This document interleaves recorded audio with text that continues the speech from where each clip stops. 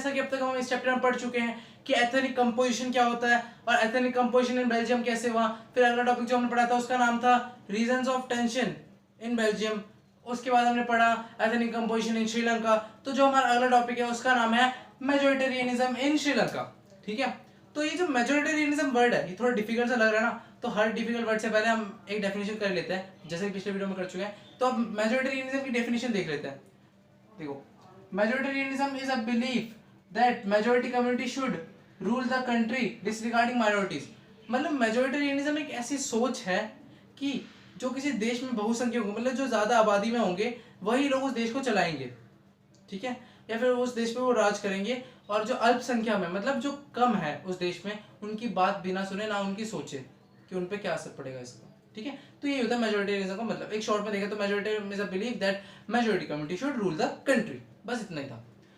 तो अब हमें जो टॉपिक पढ़ना है मेजोरिटेरियनिज्म इन श्रीलंका, मतलब श्रीलंका में मेजोरिटेरियनिज्म कैसे हुआ, क्यों हुआ, कब से हुआ। ठीक है, जो पहला पॉइंट है इसका वो ये है, Sri Lanka emerge as an independent country in 1948।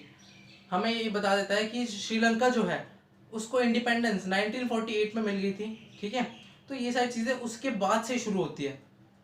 तो सबसे पहली बात आप छोटी चीज़ जान लो जो आपकी आगे टॉपिक में काम आएगी, कि जो श्रीलंका है, श्रीलंका में सबसे ज़्यादा मेजोरिटी में कौन थे, याद है ना, 74% में थे, वो थे सिन्हाला, मतलब जो सिन्हाली स्पीकर्स थे, और जो 18% थे वो थे तमिल, जो तमिल बोलते थे। ठीक है, तो अब हमें सीधे से दिख रहा है जो मेजोरिटी में वो है सिन्हालास और जो माइनॉरिटी में वो है तमिल्स। तो अब आपको लग ही रहा होगा सिन्हाला लोगों ने तमिल्स के ऊपर डोमिनेशन करा होगा। ठीक है, तो अब हम देखते हैं अगले पॉइंट पे। An act was passed to recognize Sinhala as the only official language in 1956 disregarding Tamils. 1956 में एक एक्ट लाया गया, मतलब 1956 में एक ऐसा कानून लाया गया जिसमें उन्होंने कहा कि जो सिन्हाला है, सिन्हाला ही एक ऑफिशियल लैंग्वेज है श्रीलंका की, और कोई लैंग्वेज है ही नहीं वहाँ पे। और इस बात ने तमिल लोगों को बहुत ज़्यादा ठेस पहुंचा है। तमिल लोगों को बुरा लगा कि यार तमिल भी तो एक लैंग्वेज है, ये भी तो होनी चाहिए थी ना ऑफिशियल लैंग्वेज में, या फिर कोई लैंग्वेज तो होनी चाहिए थी उस देश की, कंसीडर तो करते वो, लेकिन ऐसा नहीं किया गया।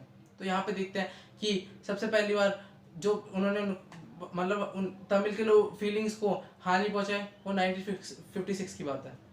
तो अगला पॉइंट ये बताता है हमें, Sinhala were given favours in universities and government job. जो लोग सिन्हालास थे ना, मतलब जो सिन्हाली स्पीकर्स थे, उनको यूनिवर्सिटीज़ में या फिर जॉब्स में लोग फेवर करने लगे, मतलब उनके लिए अलग से रिजर्व सीट्स होती थी जॉब्स में, गवर्नमेंट जॉब्स हो, कोई भी किसी भी तरह की जॉब्स हो, सब सिन्हाला लोगों को ही रखना चाहता है अपने जॉब्स पे। और यूनिवर्सिटी में ऐसे वो पढ़ाई करने जाते किसी यूनिवर्सिटीज़ पे, उनके लिए सीट भी रिजर्व होती थी जो सिन्हाला लोग थे, सिन्हालिस के लिए, ना कि तमिल्स के लिए। तमिल के लिए कोई फैसिलिटी थी नहीं उस टाइम पे। तो अब भी हमें दिख रहा है कि तमिल लोगों को कितना बुरा लगता हो, कितनी मुसीबतें झेलनी पड़ती होगी। और जो अगला पॉइंट है हमारा वो पढ़ते हैं, A new constitution stipulated that the state government shall protect Buddhism. हमें ये भी पता था कि जो सिन्हाला स्पीकर थे वो बुद्धिस्ट रिलीजन को फॉलो करते थे।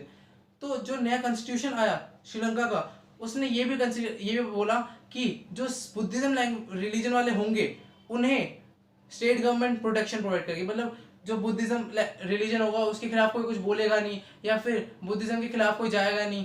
ठीक है, तो अब हमें दिखता है कि कितनी ज़्यादा मुसीबतें झेली थी तमिल्स ने, और इन सारी बातों की वजह से ना तमिलों को बहुत बुरा लगने लग गया कि उनके बारे में कोई सोचता ही नहीं, उनके बारे में कोई कुछ करता ही नहीं है, उनको तो हमेशा पीछे सोचा कुछ है ही नहीं वो तो देश में। तो इन सब रीजंस की वजह से तमिल और सिन्हालास के बीच में एक लड़ाई सी शुरू हो गई, जो जिसने धीरे धीरे पूरे देश में एक सिविल वॉर का रूप ले लिया। सिविल वॉर मतलब ऐसी लड़ाई जो कि देश के अंदर ही देश के लोग ही करें।